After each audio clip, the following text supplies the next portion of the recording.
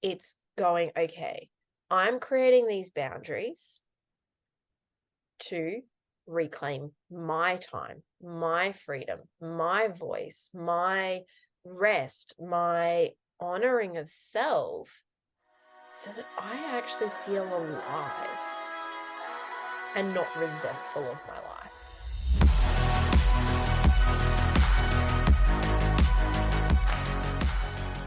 Hello, Queens. Welcome to another episode of Fearless. I have to say, I am super pumped for today's episode.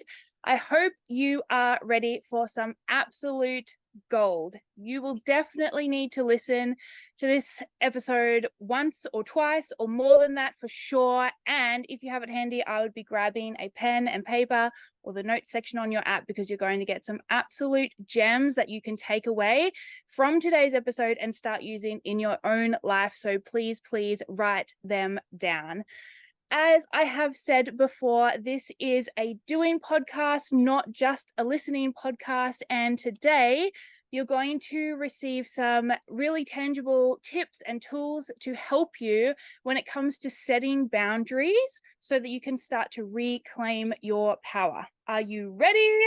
Let's go. I'm so excited. Okay. So like I said, today's episode is all about boundary setting for reclaiming your power. And I am so excited because I once again have an amazing guest with us today. And she is going to break this down for us, help us get really clear on where we may be lacking boundaries and giving our power away, and give us some simple ways that we can start to create and honor boundaries in our own life, so we can go out there and create that life that we deserve and desire. Our guest today is a trauma-informed alignment coach. She is a mother, a restorative being, a nature lover, and the founder of Makepeace Lifestyle. In her work, she coaches individuals and businesses to create self-care practices that honor where you're at, create sustainable business practices that support you to simplify and create social change, and create connections for community care to become commonplace. So please help me welcome Emma Makepeace to the show. I'm so excited. It's always so cool, like hearing yourself read back like that. And you're like, oh my goodness, I'm a legend. Like, yes, right? awesome and amazing am I? So, yeah. Oh, no, you're so welcome. And thank you so much for coming on the show. And we're going to dive right in, because this is a big topic and there is a lot to talk about here. And it's probably something that we'll have to come back to again. But to get started, I really like to bring everything down to what, why, how. So boundaries, what, why, how. What are they? Why are they important? And how do we actually know if our boundaries have been crossed? oh, good questions. All right. So, boundaries, I often find when I start to talk about or mention boundaries, people freak out and they're like, no, like that's going to limit me, or that's so blocking, or blah, blah, blah. And it's like, no, actually, they are so incredibly space giving, because when you create boundaries, it's about identifying what it is that you actually want for your life.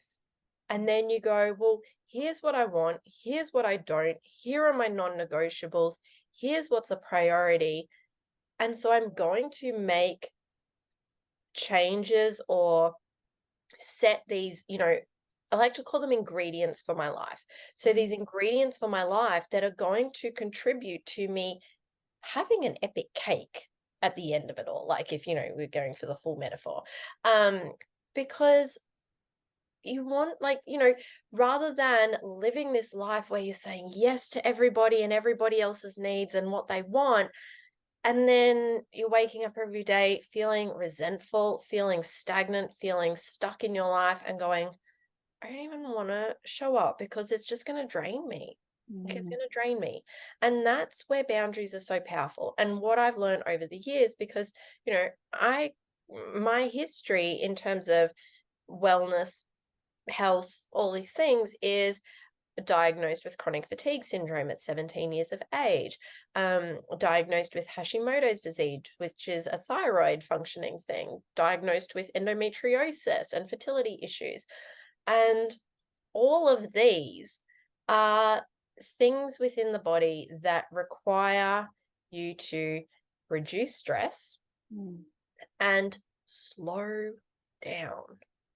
Like and it usually happens to people who are high functioning or perfectionist style people, type A personalities. I got to do. I've got to achieve all the things, yeah. Like I was an ex-gymnast as a kid. And so Yeah. 12 years of gymnastics. And so it was like, I have to do everything and I have to do it properly. Like there is no in between. And it leads to burnout where the body just starts to go, no more. Like, because you haven't set boundaries, I'm now going to set them for you, where you physically cannot go anymore. You physically cannot say yes to anymore because you can't even get up off the couch to go. I love that. Sorry to interrupt you, but I love that because when you started, you said a lot of the time when you say boundaries, people feel like it's constricting or limiting, but a body boundary like that is going to be far more limiting in the long run for you than putting in place these boundaries, like you said, that give you more expansion and time freedom. Yeah, and that's what boundaries really are. It's about creating spaciousness for ourselves, both in our body, in our mind, in our life, in our work, in our relationships, because the amount of stuff that ruminates in our mind when, you think of a time where you've had a conversation with someone that means a lot to you or you haven't had a conversation, something they did crossed a line for you. Maybe it's an unidentified line. So it's something you aren't yet aware of is important to you, but they've crossed it, they've overstepped it. And you sit there and then you stew on it because you're like, well, I don't want to say anything because I don't want to upset this person. But now I'm going to work myself up into a state of feeling sick and anxious and all of these things because I don't want to upset them. But, it's having these boundaries goes, okay, like in a practical sense. So the how of it, it's, I have, I have a priority and a need, like something that's really important to me. So a value.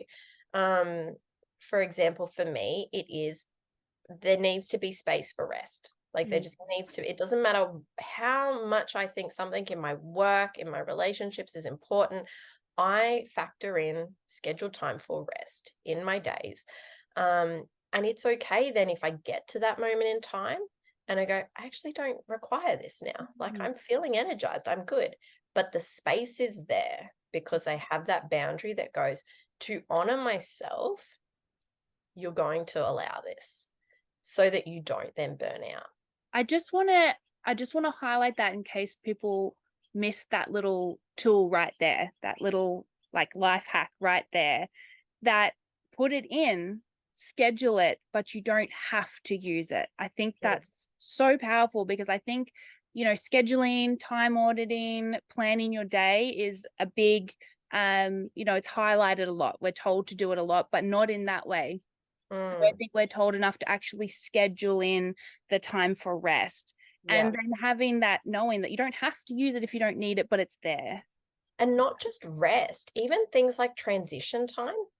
So between, especially if you are someone who juggles a lot of different hats in your day, mother, work, or you've got different businesses or different jobs, like you might have your full-time job, you might have a side hustle, you might have whatever it is.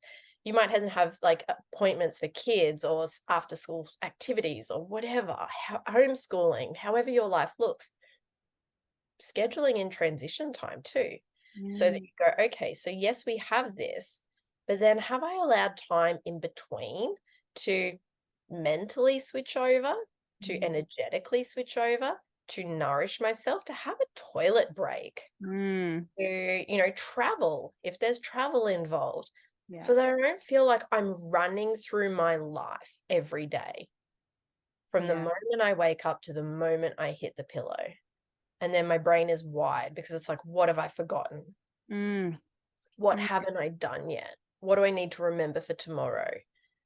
And, even scheduling in time to go, okay, I'm going to just write out my brain dump for tomorrow so that I am not, again, ruminating on it, because it's this sort of stuff where it's kept in here and just stews and stews and stews, and that eats away at your mental health, it eats away at your physical health, it just, and that's where you go, okay, here is where I need the boundaries so that I'm not then giving this more energy and time than it actually requires or deserves as Yeah. well.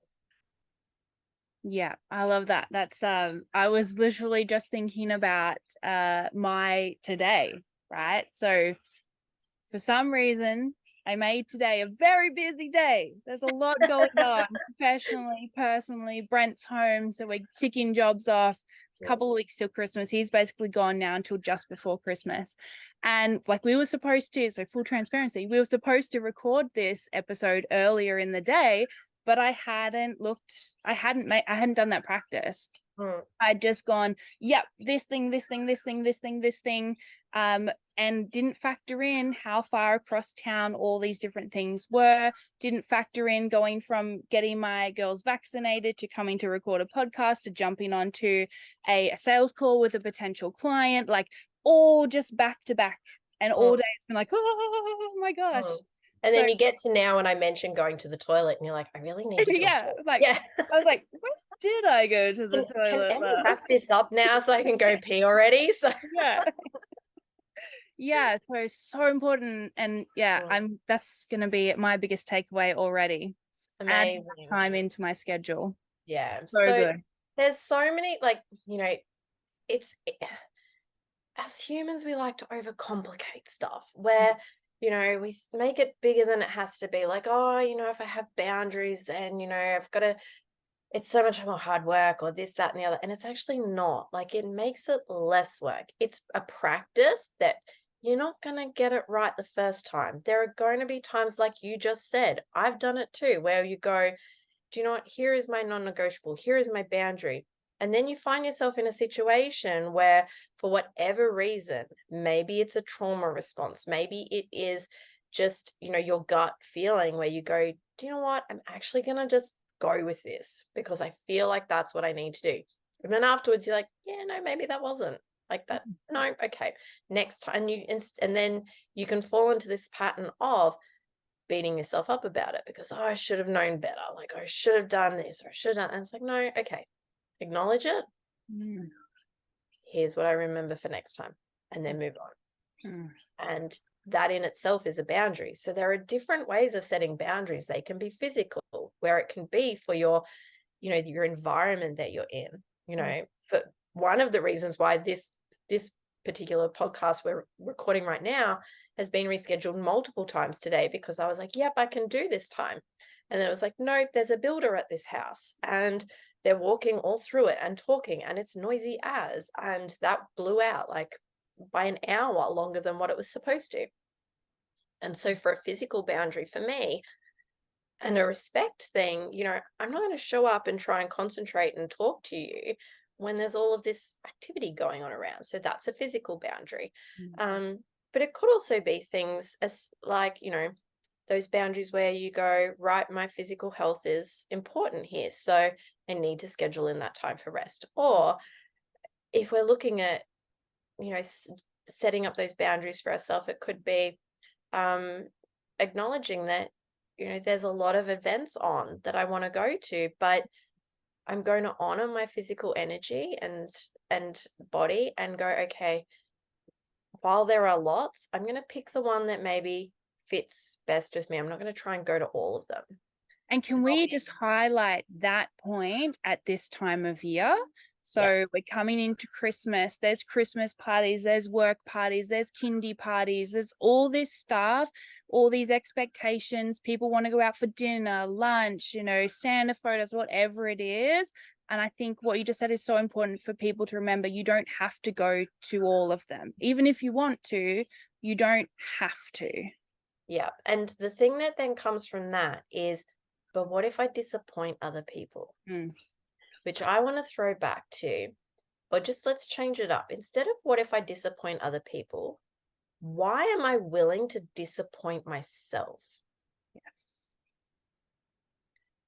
Why are you willing to choose to disappoint yourself so that somebody else is potentially not disappointed? Mm. You actually don't have any control anyway. Mm. You could still go along with whatever it is that they've asked or want, or to try and people please. And Mm. there's no guarantee that they're still not going to be disappointed by something. Their expectation is not going to be met in some way, shape, or form. Mm. Mm. So Yeah. that is such a powerful changeover. And Yeah. this is where reclaiming your power comes from, is that instead of focusing on, creating boundaries to stop other people from doing things, it's not about that, because you have no control over anybody else. All we have control over is ourselves. And it's going, okay, I'm creating these boundaries to reclaim my time, my freedom, my voice, my rest, my honoring of self, so that I actually feel alive and not resentful of my life. Yeah, I think that's so powerful, and I think that ties into, I really want to ask you, because obviously anytime we talk about boundaries, people pleasing comes up, right? Because if you are a chronic people pleaser, or you identify as a people pleaser, the idea that your choice is going to have someone else be angry at you or mad with you or create some kind of discomfort is terrifying, right? Like, it just, you will do anything at all costs to avoid that, Yeah. even though the long-term negative consequence is abandoning yourself, like you were just saying. So what's your advice for people who are chronic people pleasers? How can they, what can they sort of do to start respecting and honoring their own boundaries when they have like that deep need inside to please others? Amazing question. And there's a few parts to it. It's very nuanced to where you're at. So to start with, people pleasing is a trauma response. And so it could be something that's taken place when you were younger, or even as an adult. It could even not be yours. It could be generational, and for women in particular, this is one that, continues to show up, and why a lot of us go to women's circles and unpack this stuff, because we've watched our mothers do it. We've, felt in a DNA sense, in a cellular sense, our grandmothers do it.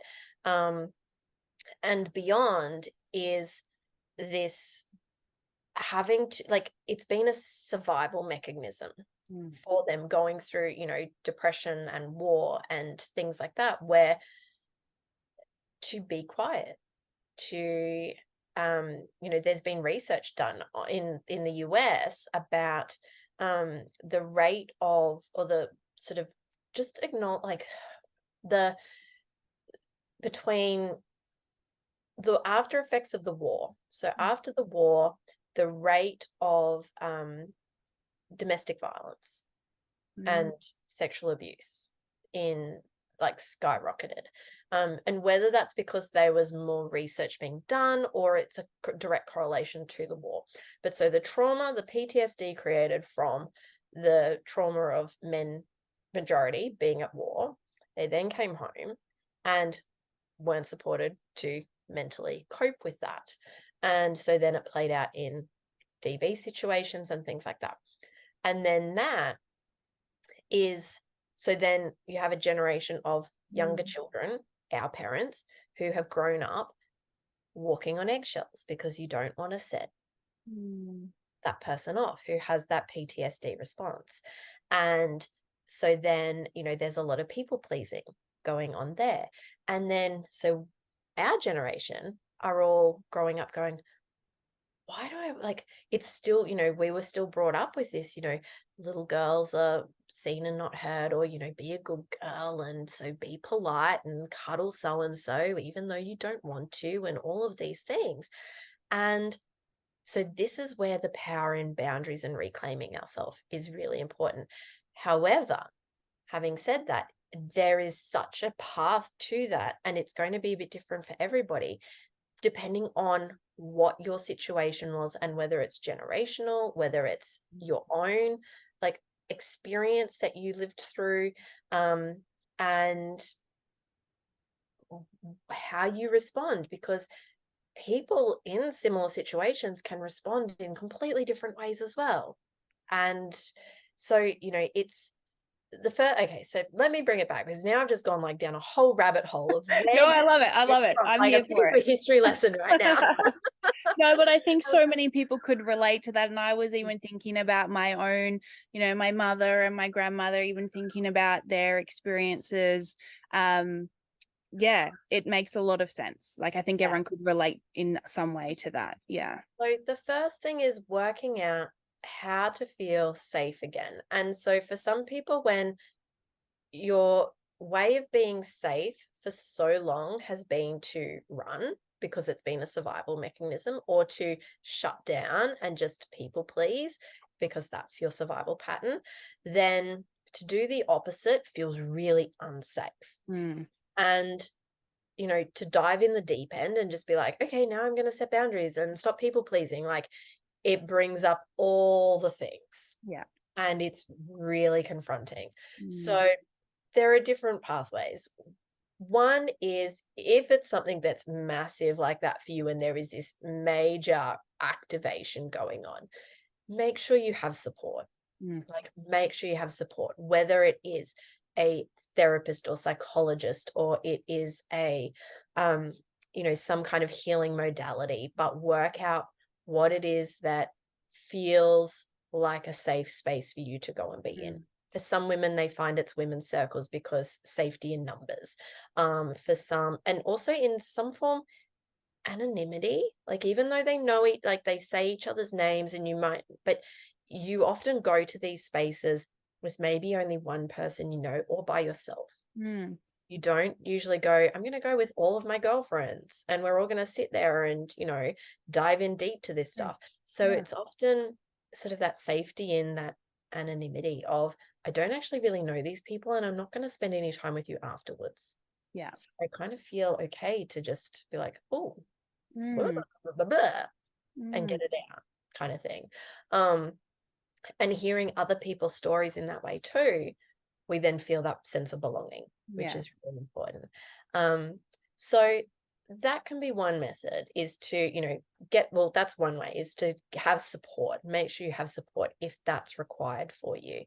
Another way is to just begin to move your body without needing to know why, but like when things start to come up in this sense, is just move. Whether it is you get that nudge to go, do you know what? I need to go for a run.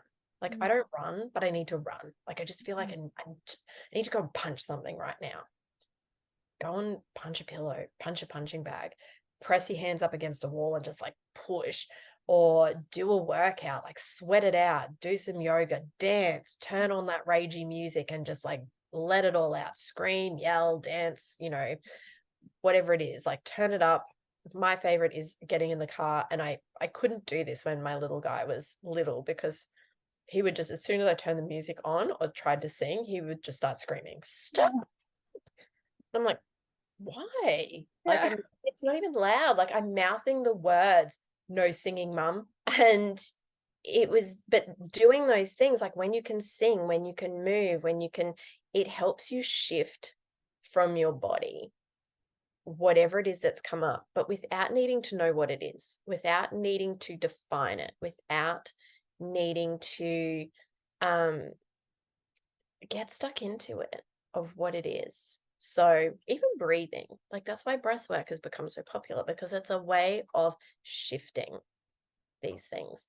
And so another way, just to give you three, because I think that that's going to be more than enough, is to go into how, like, self-regulating. So figuring out what it is that you require to regulate yourself.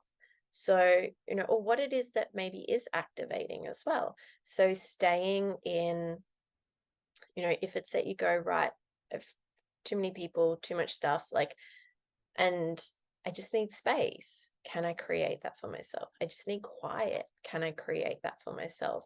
If loud noises set you off, any of that kind of thing. But giving yourself that space to learn what safety feels like in your body again. And because it's going to look different for everybody. So yeah, sometimes it's breathing, sometimes it's movement, sometimes it's sitting with it. If you are in a space where that's actually safe for you to do. Actually, there's one more I want to share, and that is this beautiful question that I learned years and years and years ago. When things come up for you, when you're questioning yourself, when, something might be presenting itself in your mind, in a certain thought or a pattern or whatever, is to ask yourself, who does this actually belong to? Is it mine? Is it somebody else's? Because as we mentioned, some of this trauma or some of these beliefs or some of these people-pleasing patterns, they're not actually yours. And so reclaiming your power can be just that question. Who does this actually belong to? If you're a highly sensitive person, an empath, are you actually picking up and portraying somebody else's energy, somebody else's belief system? So getting to know your beliefs, your values, which is what underpins how you then create your boundaries. So I think I've kind of gone full circle there, and Crystal's back joined me now. So I just kept going. So You're amazing. You're so amazing. Thank I you so think much. I answered the question in there too, or I went on a completely different tangent, but it provided something. So Amazing. I can't wait to listen to it. yes. So now you have to go back and watch it too, Yes, and you get I all know. the Yeah. tips. Thank you. Yes. So, when we're talking about scheduling our day, I had just enough laptop battery, and then as things moved, not quite enough. Almost made it. I was watching, I'm like, oh, we might get there. No. But we are back. Thank you so much. Thank you so much for answering those questions. I'm going to go back and listen, but already from what I was here for, there was so much value in there. So many ways that we can start this process of setting those boundaries for ourselves, creating that spaciousness, reclaiming that power, especially if we have, struggled with people pleasing before. Some really great ways we can start to work through that. And I just have 2 more questions for you. 2 Amazing. questions. So these are 2 questions that I ask all of my guests who come onto the show. So the first question is, what would you say to that incredible woman listening who knows deep down she desires more for herself, but doesn't know how to take that first step? Oh, where would I start?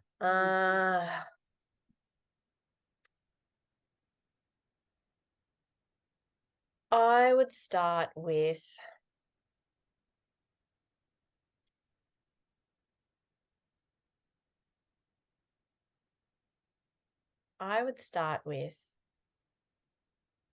and it feels bigger, but I would start with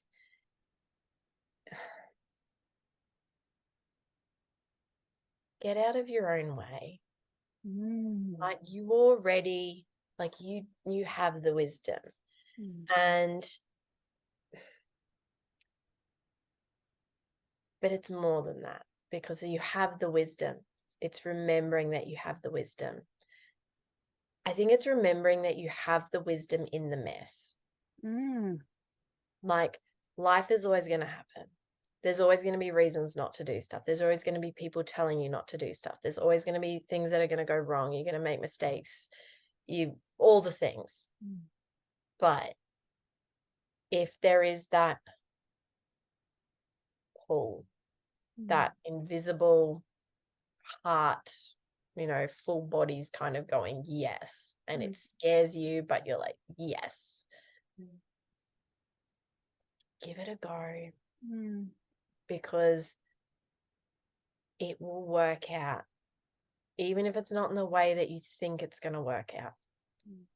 It will work out for something far better than you could ever imagine.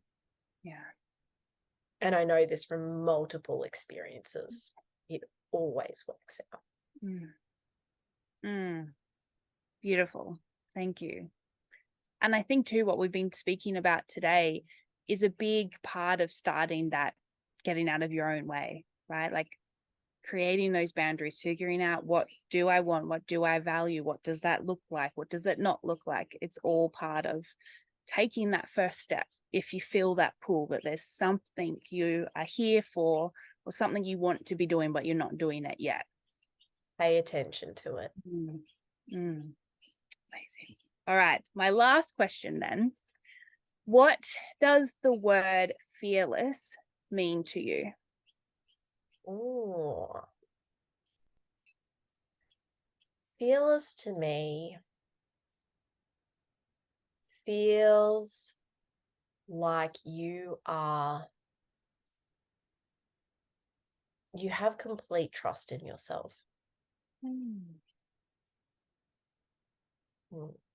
Fearless is you have complete trust in yourself. You don't need to know all the answers, but you trust in yourself. Love that answer. Fearless is completely trusting in yourself. Yes. So beautiful. Thank you. Thank you so much. Emma, where can people find you if they want more? You can find me at Makepeace Lifestyle on Instagram and Facebook. You can find me at Emma Makepeace over on TikTok, where I drop regular little just blurs of all of this kind of stuff. Yeah, that's where they're the main spots that you can find me on Insight Timer. I've got meditations over there that are free to listen to. So if you have loved what you've heard today, I've got some great ones for connecting in with your heart, centering yourself, that kind of thing, to help you start to listen into yourself as well. Amazing. Thank you, thank you, thank you. Thank you so much.